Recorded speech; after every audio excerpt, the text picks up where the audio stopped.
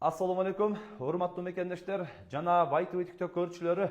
Мына ушундай аппаратта үйлөрдө мыкты деңгээлде заманбап шуа кылып шуаган агаларыбыз чыкты.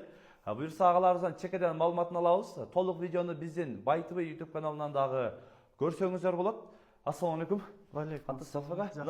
Агаларыбыз 2 жылдан бери бир бригада кызматта экен.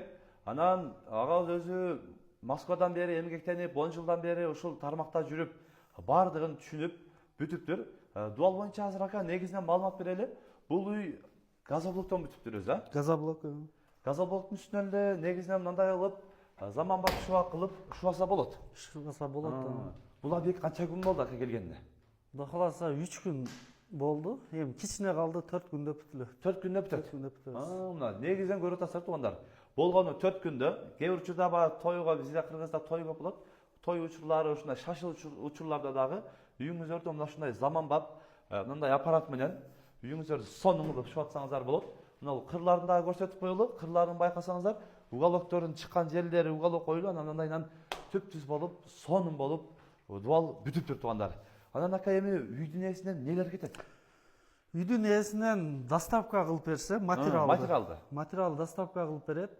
Суусун, светин болду. Болду. Калган материалы, устага эмне, мык, инструменттин бар жок өзүбүздөн. Өзүбүздөн келет. Бар жок, маяк бар өзүбүздөн калганы. Ошол баасы канча болот эми ака? Баасы быйыл 620дан болду, былтыр 600дан болгон. Быйыл эми Сменскиттин баасы кичине өскөнгө, кичине көтөрүлгөнгө байланыштуу болду. Жол кыра кымбат. Бар жок нерселер өзү быйыл көтөрүлдү. Кымбатчылык. Быйыл кыйла негизи көтөрүлдү. Көрүп атасыздар туугандар, 620 сомдон ушул усталарга бересиздер. Материал, смесь, инструмент, мык алып кел деген болбойт.